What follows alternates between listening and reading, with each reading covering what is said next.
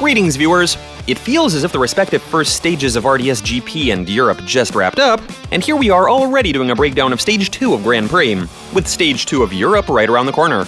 But let's go back to last Saturday, to the fair city of Nizhny Novgorod and to the N-Ring, and discuss what went down there during Stage 2 of GP. And boy was it an interesting one. A very interesting one. Okay, well, let's get started then.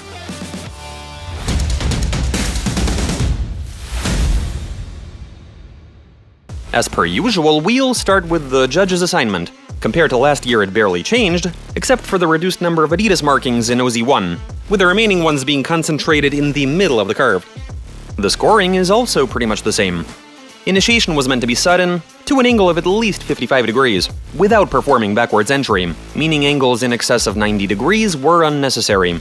OZ1 is still the most valuable zone. There you're meant to be steady. Then it's 2 transitions in a row, no need to be abrupt as long as you maintain pace. And at the end of the run, you're meant to go for a wide line. Here's a virtual representation of how it's supposed to be done. As for how the pilots fared in real life, we're about to find out.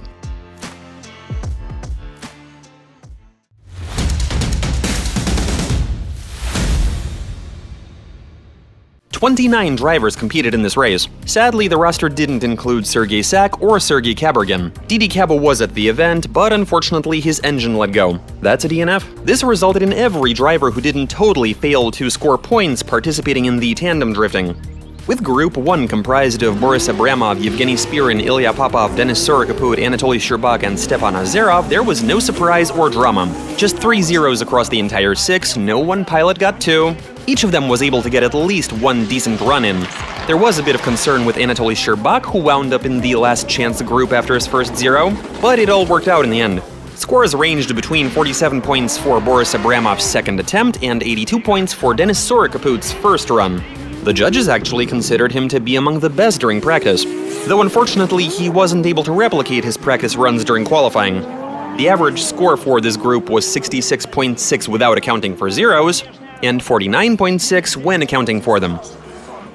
In Group 2 that included Ilya Fyodorov, Nikolai Gorkovenko, Denis Migal, Anton Kliamko, Vladislav Popov, and Anton Dmitrienko, the average value grew by quite a lot. Just 1 0 for Dmitrienko's first attempt. The minimum score was 67, that was Vladislav Popov's first run, and the highest was a 92 for Nikolai Gorkovenko's second try. Nikolai's run was actually pretty spectacular. You gotta hand it to him. The average score not accounting for zeros was 79.2, including the only zero, 72.6. Some of the spectators were confused as to why Ilya Fyodorov's performance was seemingly underappreciated, but we'll get back to that. Now the battle is joined by Group 3, comprised of Yevgeny Losiev, Dmitry Yermokin, Nikita Shikov, Roman Tivadar, Maxim Grossman, and Vladislav Shubadyurov. Once again, just 1 0 for Roman Tivadar's second attempt. The highest score was an amazing 96, which Tivadar earned on his first run. Aside from a few minor mistakes, it was glorious to behold. The lower threshold was at 73 for Nikita Shikov's first run. Average score without zeros was 82, with zeros 75.1. In Group 4, consisting of Arkady Tsarogradtsev, Timofey Dobrovolsky, Damir Idiatulin, Danila Skorobogatov, Grigory Gusiev, and Alexei Vakhtin, we saw a few lackluster results. 2 zeros both on the first try, for Danila Skorobogatov and Damir Idiatulin of all people, and there were a lot of low scores. The worst was Grigory Gusiev's 60-point first attempt. The best, Arkady Tsarogradtsev's 95-point second run. The average score was lower than not just for Group 3, but for Group 2 as well. Without zeros, 76.6, with them a dismal 63.8. Now let's discuss the leaders. Leonid Schneider was the first to go out. He initiated well, but then a hose popped off and he earned no points. Gocha out on the track, and his run appears to be fantastic. They don't call him the absolute N-Ring champ for nothing, but his score is only 93.5. Why so? You'll find out soon enough. Alexei Kozlov, the winner of Stage 2, got an even more spectacular run-in, hinting that his victory wasn't a fluke. 95 points. He was followed by Charles Eng, who did well but was clearly being cautious, 85.5. Andrei Astapov was having an excellent run until he got to the final bend. He made a mistake, resulting in him earning a mere 82 points. Second run for Gocha, not bad at first, but then he goes too wide and comes to a halt. Another 0. Now Anton Kozlov's second try, and no better than his first. With him leaving the track, among other things, that leaves him with a score of 85. Charles Eng's second run was similar to Andrei Ostapov's first, in that he was doing well right up until the final curve, 77.5. And the last run of the main qualification session, by Andrei Ostapov. He did alright, but he's known to do much better. As is, it's an 85. The Health Last Chance group consisted of just Anatoly Sherbak and Leonid Schneider, and both of them were able to score points. Anatoly earned 80, Leonid 84.5. In an unexpected turn, this brought the average score for Group 5, where Schneider was placed initially, to 86.5, or 69.2 when accounting for zeros. Now let's address some of the more controversial of the qualification runs. We'll start with Ilya Fyodorov. Why'd he receive such low scores? 69 and 78.5. Many people compared his attempts to those of Vladislav Shubadyurov, for example, and we will too. Fyodorov's first run, 26 for line, 24 for angle, and 19 style points. The line score doesn't raise questions, -4 points for missing an inner clip, -5 points for missing the final Adidas when exiting the corner. Here's why points were deducted for his line. Medium angle after initiation when the judges called for wide, correction after touch and go 1, failing to attain the required angle in OZ1 and 2. According to his drift dynamics, Ilya's angle dropped from 55 to 18.5 in the most valuable OZ1 section, plus corrections, and he went medium instead of wide in OZ2. As for style points, he lacked commitment, his drifting was slow and lazy. We'll go into detail while discussing his second run, which was within half a point of his first. Second run, 33 for line, 26 for angle, and a mere 19.5 for style. You can tell by the score that he did well with his line, with just 2 points detracted for one wheel leaving the track in OZ2. As for angle and style, the situation is about the same. 1.5 style points were removed for lethargic initiation and minor corrections, -1.5 for a lazy transition at touch and go 2 and getting on the throttle too late. His next transition was okay, but he went out of bounds and slowed down, minus another 3 points. Then -4 points for an extremely lazy transition while riding the handbrake, -0.5 a point for slow acceleration and some wobbling at the end. His angle problems were the same as last time, albeit there wasn't as much correction going on. And now Shubadyurov's first run. 29 line, 27 angle, 21 style. Line score -4 points for ignoring inner touch and go 1, -2 points for one wheel leaving the track in the final bend. As for angle, just like Ilya, he wasn't following instructions in the most crucial areas, plus correction and wrong angle after initiation. Overall, he did a tiny bit better than Fyodorov with his angle, and earned 1 extra point. As for his style, lazy initiation, late on the throttle, -2 points. Late on the gas again after transitioning, when he was supposed to be on it the entire way. That's -2 points. Adjusting his angle going from OZ1 to touch and go 2, -1 point. Good entry into OZ2, albeit he overcooked it and was late to go wide open throttle. That's 3 points detracted. And he missed the line in the end, minus another point.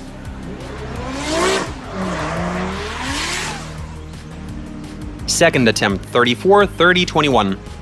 This time around, Vlad did much better with his line, losing just 1 point for going through OZ1 via the first Adidas. He didn't leave the track at touch and go 1, his car was right on the edge of the white line. Angle. Initiation was much better, he stuck to a smooth curve, but his angle should have been wider, and he messed up on the final stretch with the incline. Style washing out before OZ1 -2 points. An abrupt transition after OZ1 while missing the angle and adjusting to get it right and still falling short, -4 points. Lazy transition in OZ2 with angle adjustment, -2 points. Wobbling in the end, -1 point. Hopefully that cleared everything up. Now let's examine Goch's run, which left spectators scratching their heads, and compare it to, let's say, the performance of Roman Tividar, who's in pole position. We'll start with Roman. 34 for line, 34 for angle, 28 for style. The only point detracted for angle was due to correction during initiation. Otherwise, he was impeccable. -1 point for line when he left OZ2 via the second Adidas. Otherwise, he did fine. Style, -0.5 a point for the same minor correction during initiation, when he was supposed to maintain a constant angle. -1 point for going too narrow in OZ2 while not reaching the required angle. And -0.5 a point for going too narrow at the end.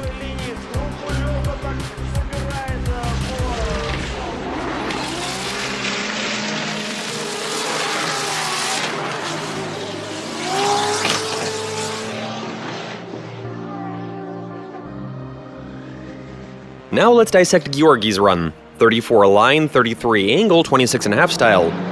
Gocha lost 1 point for line when he entered OZ1 via the first Adidas. That one's obvious. Now let's go into detail on his angle and style. 2 points were detracted for correction during initiation and in OZ1. There it is.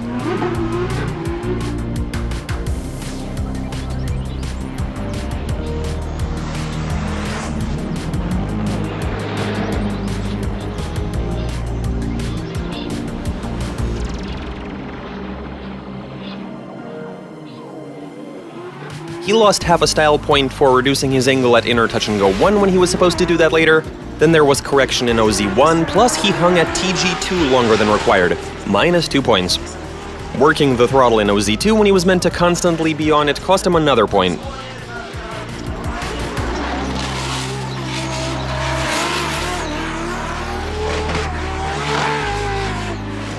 Hopefully that cleared the air. Now let's discuss the tandem drifting.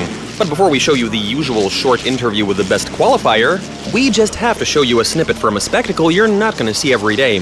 Prior to the top 32, there was a mini qualifying session and then a full-on heat between 2 rally spec KAMAZ trucks, driven by Eduard Nikolaev and Anton Shibalov. 2 enormous monsters going sideways is really something to behold. Okay, let's watch that short interview. Prior to the race, they specifically tasked us with posting some results during qualifying. So we got to work on the car starting on Wednesday, and our goal was to do as best as we can with the judges' assignment. I'm quite happy with our results in qualifying. It goes to show that we've done everything right.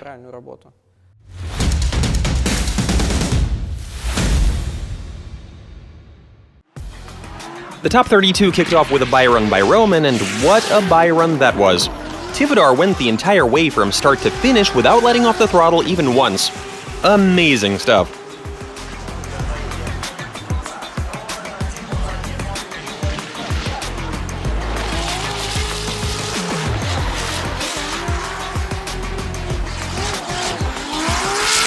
But after that spectacular run, things took a sad turn. And not just for the spectators, but mostly for Nikita Shikov, who was supposed to go against Denis Surikaput in the event's first tandem race. While he was driving his Groza to the starting line, the turbo went out. And despite his mechanics' best efforts to fix the car during the break, ultimately they failed. Denis progresses to the top 16 via bye-run. The first actual pair at the starting line was comprised of Denis Miguel and Ilya Popov. They accelerate, initiate, Denis washes out, Ilya does his best to mitigate, and that's a wrap. Blame for the incident was placed upon Miguel, and Popov deserves credit for somehow anticipating Denis's maneuver and avoiding a collision.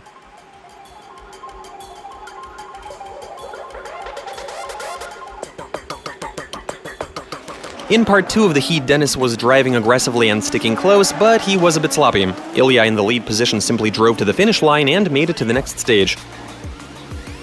Charles Eng versus Grigory Gusiev. Charlie's doing pretty well in the lead position, while Griha is super aggressive and even reckless. That's how close his chaser is following his opponent's flanker. But in OZ2, things go south, with Griha making some major correction. Turns out the culprit was a tire that unseated itself on his chaser.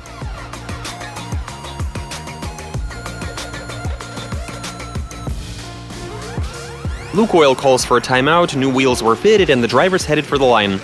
During part 2, Grigory did alright in the lead position, while Eng decided to be more cautious than Gusiev. Eng was close and precise, which earned him a spot in the top 16. Georgy Chivchyan and Yevgeny Spirin. Spirin was obviously outclassed. Gocha was calm and collected in the lead, did a decent job with the assignment. Meanwhile, Yevgeny was all over the place, straightening his wheels out, leaving the track, and so on. And nothing really changed during the second run. Spirin missed the clipping points and went out of bounds. Chivchyan just followed him at a reasonable distance and won the round. Dmitry Yermokin and Anatoly Sherbak. They're off, Yermokin initiates brilliantly, Sherbak falls behind and tries to catch up, and bumps into his opponent, ending the run.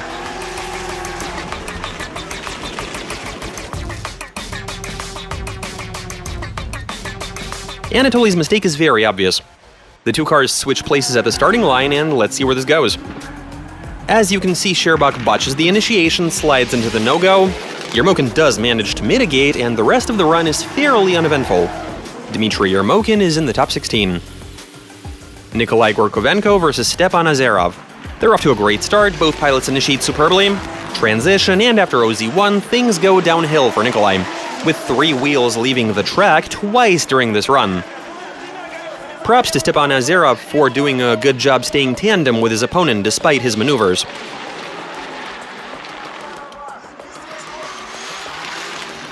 During the second run, Stepan did fairly well in the lead, while Nikolai was obviously having trouble keeping his car in check. Mistake after mistake after mistake. Azarov will continue to compete. Leonid Schneider and Ilya Fyodorov. Either Leonid or his car is doing something strange. He's not quite wide enough, making a bunch of mistakes. Meanwhile, Ilya did a fantastic job in the chase position all the way from start to finish. He could have also been the superior leader, but after the first transition, he made a serious mistake that resulted in 3 wheels leaving the track. After some consideration, the judges announce one more time. After that, Tsar makes a bye run, and the next 2 contenders are up, Anton Dmitrienko and Timofey Dobrovolsky. Anton doing a fantastic job in the lead, Timofey doing his best as the chaser, final bend, and 0 points for Dmitrienko. What a shame, he was doing well. Timofey was able to successfully mitigate. The second run went even worse for Anton, with him sailing off course during initiation. Timofey makes it to the finish line and into the top 16. Yevgeny Losiev and Boris Abramov. It was similar to Chivchian versus Spirin. Losiev performed well during both runs, as for Boris, well, not so much. He left the track a few times, missed some clipping points, etc. An obvious victory for Losiev.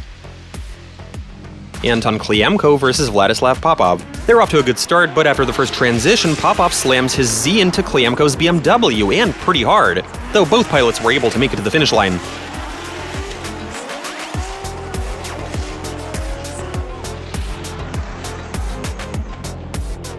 Blame for the crash was placed on Kliemko, who was on his handbrake for too long and driving too slow in an area where he should have been gunning it. During the second run, Vladislav does well for a rookie in the lead. Anton is just as good in the chase position, but we know what time it is. Both Popovs and Tsaragradsev progress into the top 16. Anton Kozlov makes a bye run in his backup car, and now it's time for Damir Idiatulin and Maxim Grossman to head to the starting line. Both runs were interesting to watch. Max in the chase position is super aggressive during initiation, which almost results in him leaving the track, but he keeps it together and shows us some quality tandem drifting, in no small part due to Damir's excellent performance in the lead. The second run looked very similar, but Damir didn't make as many mistakes as Grossman, making him the winner of this round.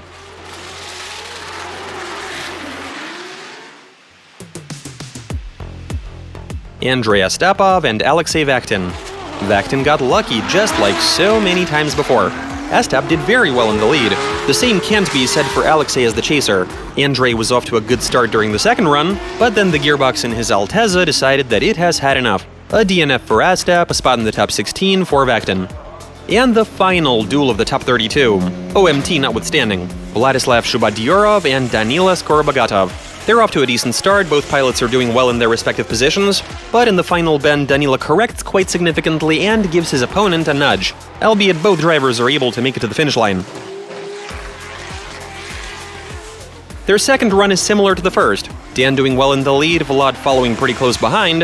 The most likely outcome is either a loss for Skorobogatov or at worst an OMT, but the judges unanimously rule in favor of Danila. Such a decision seems a bit questionable and puzzling, but that's why these videos are made. Turns out the judges actually have good reason for such a ruling. According to them, the camera angles were to blame for the confusion among those who were watching the broadcast. It's been said many times before, but the judges always have a better view. We'll watch an additional recording of the second run in a little bit. Apparently Vlad was nowhere close to Danila, and he made a bunch of mistakes during both runs. One wheel off the track in OZ1, improper angle and line in OZ2, and he only got to the right angle after it. Plus he went into the no-go, which ultimately compromised his opponent.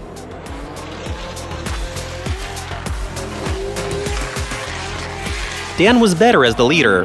His only serious mistake was exiting OZ1 too early. And here's that judge's recording with a better view.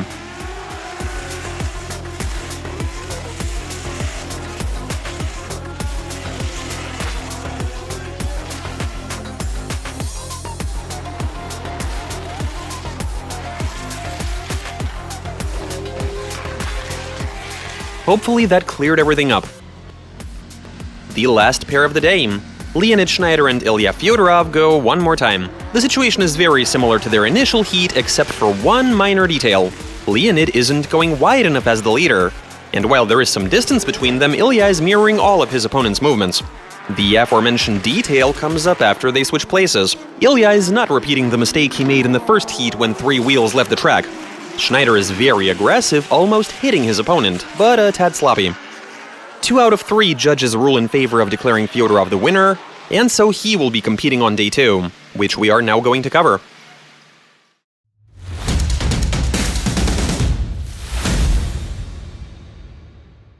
What day 1 lacked in excitement, day 2 delivered in spades. And despite the weather getting cold, round after round of the top 16, things were really heating up.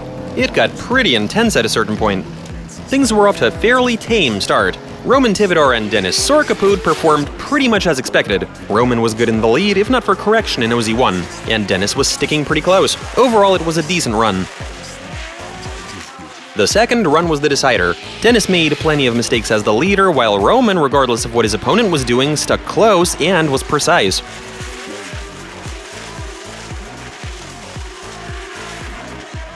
Tivadar is in the top 8. Charles Eng versus Ilya Popov, no surprises here either. Charlie's good in the lead, Ilya straightens out after the first touch and go, that is A0. During the second run, Ilya is messing up his line, going out of bounds a lot. Meanwhile, Eng was closely following, albeit at a modest angle. Ilya goes to celebrate his birthday, Eng progresses to the top 8. Georgy Chivchian versus Dmitry Yermokin, and this is where things start to get intense. During the first run, Gocha surprisingly makes a bunch of tiny line-related mistakes, and his angle seemed a bit too wide. Dima was close in the beginning, but then he fell behind quite considerably as the chaser.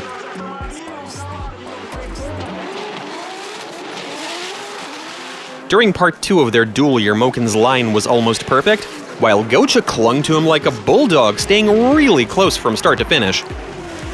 Obviously, the lead position has priority for scoring, but Gocha was so much better as the chaser that he earned a one more time.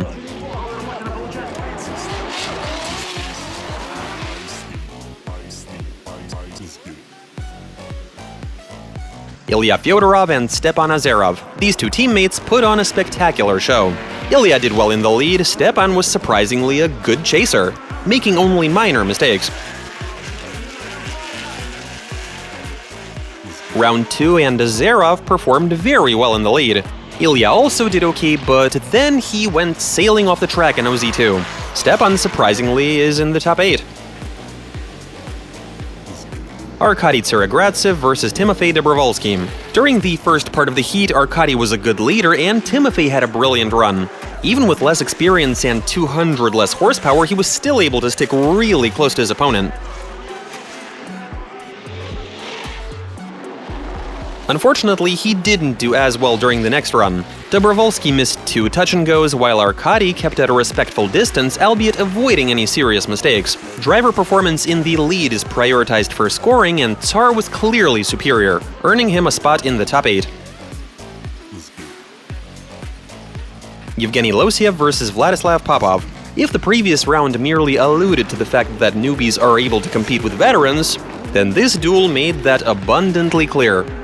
Yevgeny is far from perfect in the lead, leaving the track in OZ1, while Vladislav is sticking close behind and overall performing admirably as the chaser. And during round 2, things get even more interesting. Popov in the lead goes narrow in the first outside zone, meanwhile Gene, he was close behind, but not as close as Vlad in the previous run. Both drivers deserve some criticism, and here's what one of the judges has to say. Yevgeny Losiev made 3 mistakes in the lead. Laid on the throttle after the inside touch-and-go. One of his wheels was out of bounds at the touch-and-go, and another wheel right before the OZ. As for where Popov made a mistake, Too narrow out of the OZ, that's -6. Scoring their performances in the lead, both of them lost 6 points. When chasing Popov was closer in the beginning, Yevgeny was closer near the end, and so we decided that for one of them to have a decisive advantage, and for your enjoyment, we'll let them go one more time. So these two will go one more time later on, but for now, let's continue. Anton Kozlov and Damir Idiatulin. This was a very interesting duel. Anton was seemingly brilliant in the lead, aside from missing the final inner touch-and-go. Damir was barely able to make the first transition and wasn't following very closely after. After they trade places, Anton falls behind during the transition, but then it's an almost door-to-door battle with the Alteza that continued to the very end. It was when Anton closed in that one of Damir's wheels left the track, but this was still a spectacular run, especially near the end. This is the first time anybody's driven this close here.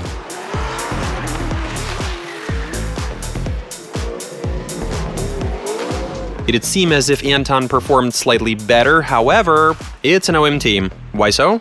Because Anton was dual pedaling in certain places, and it was mentioned last time that the judges consider this to be unacceptable.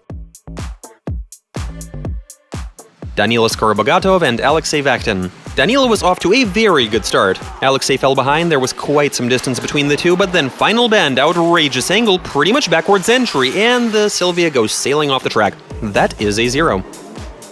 Dan has nothing to lose, he makes a risky initiation, and that's a wrap, plus he bumped into Alexei. Vakhtin makes it to the finish line and into the top 8.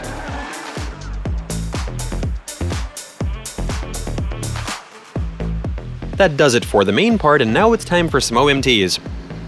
The first two go out are the two Silvias belonging to Dmitry Yermokin and Georgy Chivchyan. Gocha, as the leader, got a textbook run-in, though he wasn't quite as wide as required in the end. Yermokin was steady, but you'd be hard-pressed to call that a close chase. Dima performs just as well in the lead, but Gocha shows us what he can do as the chaser. He is very close.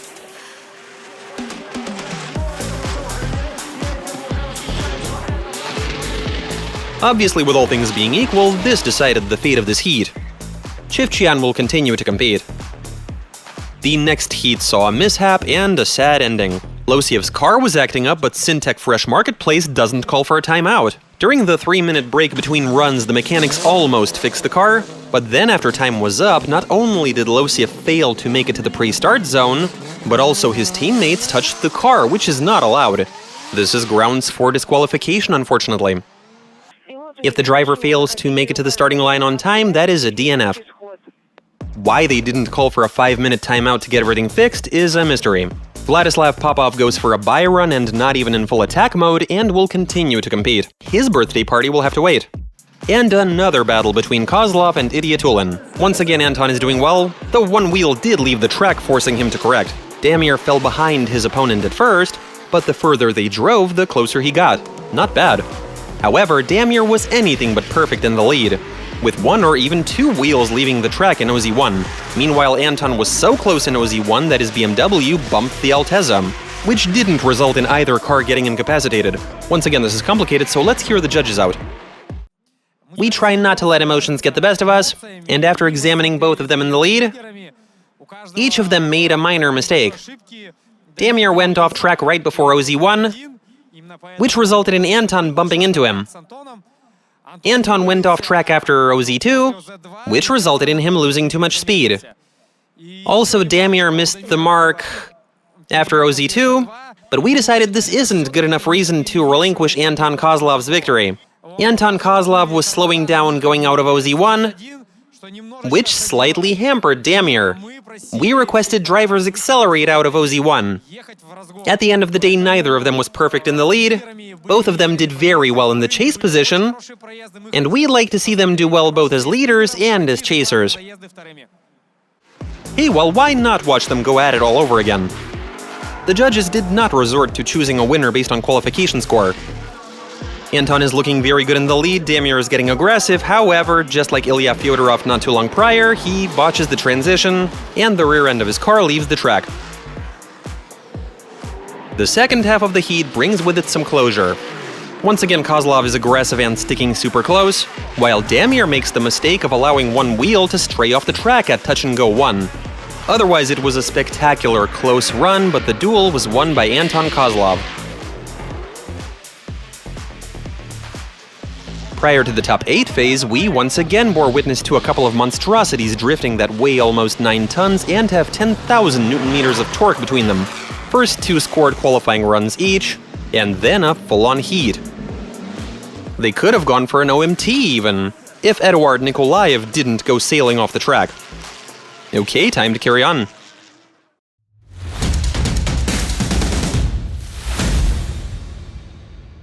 Kicking off the top 8 phase, we have Roman Tivadar and Charles Eng. This was the only truly nerve-wracking duel of the entire stage. Roman as the leader was less than ideal. A wheel left the track, he missed the final touch and go, and Charles was very precise and accurate in the chase position.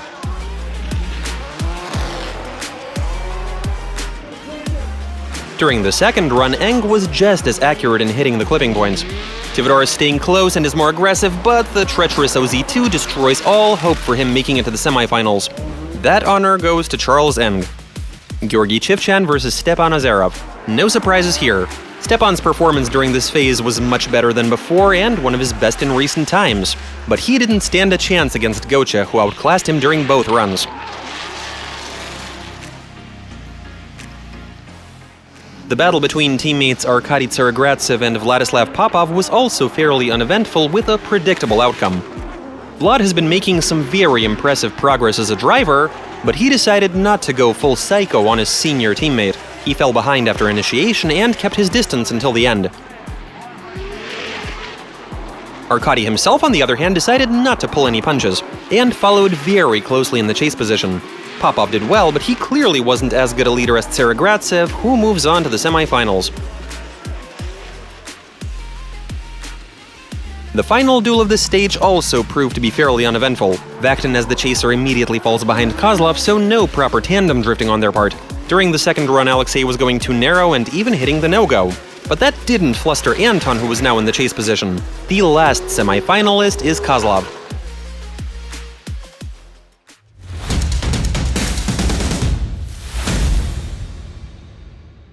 The tension just keeps building from here. Georgy Chivchan and Charles Eng will be the first to go out. Georgy exhibits precise driving in the lead. Charlie stuck close at first, but the insane pace of the leader Sylvia was too much for even his flanker, so he fell behind and his transitions were out of sync. Realizing that he has to go faster in an attempt to create some distance, Charlie narrowed his line, but that was of no help whatsoever. The Sylvia is still dangerously close, but then in OZ2, Georgy's car partially leaves the track. After a bit of back and forth, the judges come to the following conclusion. Georgy Chivchan did very well in the lead. Charles, unfortunately, was not as good when he was the leader. He missed the touch and go, that's -4 points. And he was late to enter OZ1. He hit the Adidas markings wrong, that's another -5 points. So -9 in total for Charlie. In the chase position, Charlie was quite conservative. He was pretty close, but he made a mistake in the OZ. He didn't spin or straighten out, but he fell behind. At the end of the day, it's Charlie's lackluster performance in the lead weighed against Gocha's mistake in the chase position. We want to see them do well both in the lead and chase positions, and so it'll be an OMT. This seemed somewhat questionable at first, but one wouldn't be surprised to see the judges come to such a conclusion after replaying the run a couple of times. Arkady Tsaragradsev versus Anton Kozlov. There's really not much to say about the first run. Watching it literally gives you goosebumps. What an amazing display of tandem drifting.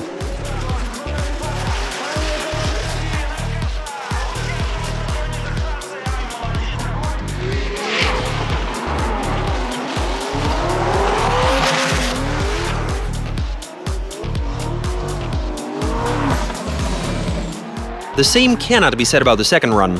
Anton was running slightly narrow, Arkady was doing his best, but he made a few rather strange and uncharacteristic mistakes and ultimately spun out.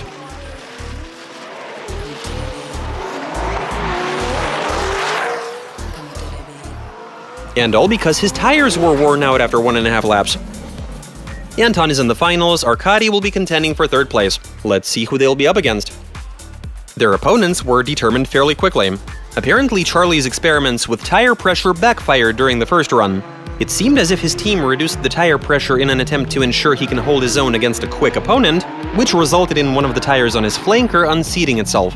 Happy sailing for Gocha.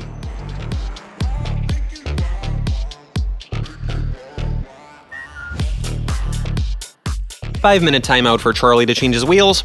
Interestingly enough, Gocha did not follow suit and instead headed straight to the starting line. Charlie refuses to warm up his tires, though he easily could have. His performance as leader was lacking. He missed touch and go too. All Gocha had to do was calmly follow.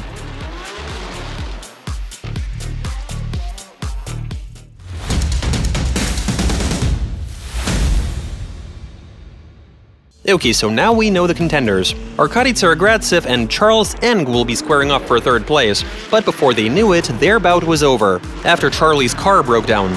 His flanker straightened out right before OZ won due to third gear failing. And that's a DNF for Charlie. Tsaragradsev completes his first run, goes for a bye run, and makes it into third place.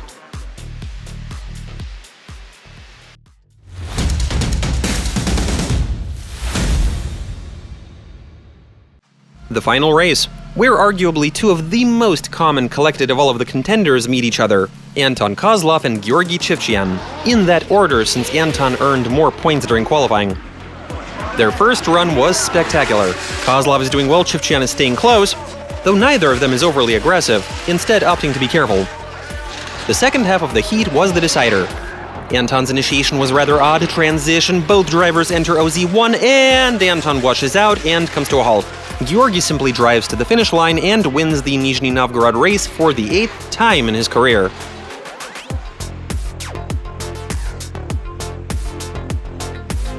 Now this heat raised some questions pertaining to Gocha's handbrake use right before Anton spun out. Was he sabotaging him on purpose?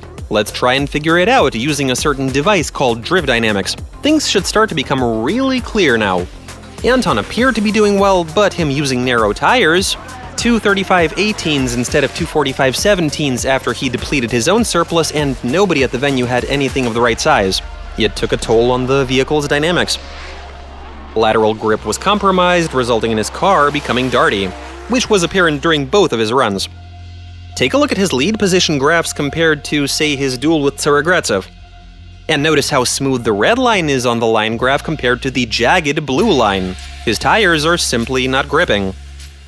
Going back to him spinning out, yes, Gocha did activate the handbrake for a split second, but that did not result in any critical or even serious loss of speed. It was only about 8 kilometers an hour. Anton apparently forgot that he was on narrow tires and decided to play a game of catch-up. Notice the difference in speed on this section compared to his run against Tsar in the lead. Okay, now let's pull up the graph for this ill-fated run. Moments before Gocha slowed down, Kozlov was already going 5 kilometers an hour faster, and upon contact the speed differential was 8 kilometers an hour. So even if Gocha hadn't slowed down, this still would have resulted in either a collision or him spinning out. Anton wouldn't have kept it together, that's all there is to say.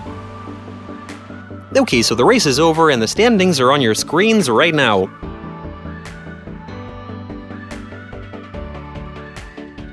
The rookies' performances are what seem to have stood out most of all. Let us remind you that the next RDS Europe event, where there will be plenty of young contenders, and that will be commentated by Yevgeny Shadrin and Alexei Milavidov, is scheduled for this weekend. And the next RDS GP event is slated for the 1st and 2nd of July, at Igora Drive in St. Petersburg. Feel free to leave some comments and ask questions on our social media pertaining to what the judges and drivers were doing, and we'll do our very best to address them in future videos. Thank you very much for watching, and now a few words from our finalists. Well, first of all, I enjoy the fact that we're finally making it to the podium as a team. It's been a while since I felt such support from the rear guard. I am glad to be backed by guys who want to train, who want to win, who want to drive close, and who have a proclivity for it. I mean, did you see Vlad's OMT with Losiev? So yeah, that's a positive. As for the negatives, well, I don't know what to do with Anton Kozlov. I don't think anybody knows what to do with him. That car is sort of in its own space, and I've yet to figure it out. So that's something for me to work on, but I'm glad he's here to keep us on our toes. He has got a very curious car, with its own philosophy compared to what we drive. Looking forward to battling him. The results of Stage 2, well, as far as I'm concerned, well, I was giving it my all.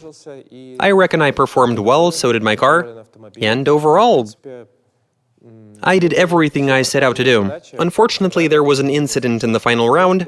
The judges didn't rule in my favor, but that's how it goes in racing. The main question I ask myself after every event is, did I do everything in my power to win? This time the answer is yes, and so I'm quite happy with myself.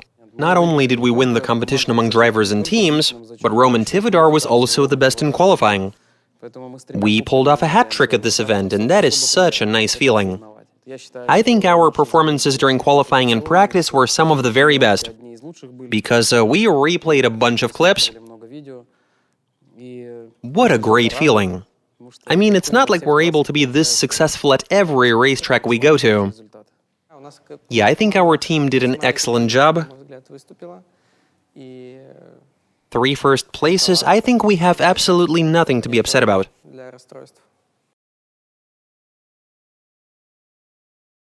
No, of course it doesn't get old. Like in a month's time, you totally forget about it. You don't dwell on it because you're preparing for the next race. So yeah, you don't really even give it a second thought. I have sorted the drive shaft, as a matter of fact. I am running a new one good for 2,000 horsepower that is definitely not going to break. I've ordered a second one just in case I need a backup, so even at 40 years of age, I'm still learning from my mistakes. Long story short, we've sorted everything out. Oh, I love that track. Igora Drive holds a special place in my heart. During my first year racing there, I actually won. In rainy weather, mind you. Back then it was a new and unfamiliar track for all of us. In my opinion, high speeds is what makes it interesting. I guess it's similar to Suzuka in Japan. You've got elevation changes, you initiate at really high speed, there are a bunch of transitions. So it's an interesting track and I can't wait to get there. We'll soon begin discussions about our plans with the team. I'm going to be preparing for the event as per usual. The fact that we're not going to be able to practice on Thursday is going to make things a bit more difficult, but then that's not for certain. I've only been there once, and I was out there in the wet in my old car. That was in 2020, I think, so yeah, I'm familiar with the track, but I haven't really gotten to know it all that well. I am not going to have a lot of time to get a good feel for it, to properly tune my car, get the suspension settings right, and that's going to make this all the more challenging for me. I'm going to have to be very quick and accurate. I won't be able to afford to make a mistake. Oh, that is one of my favorite racetracks. I like that you initiate at high speed, there are a bunch of transitions. Just like on the N-Ring, when you've got a bunch of transitions, that allows you to come really close to your opponent. And our cars are all about transitions. I enjoy the race in St. Petersburg. We've already begun preparation. We'll do our best to post some good results.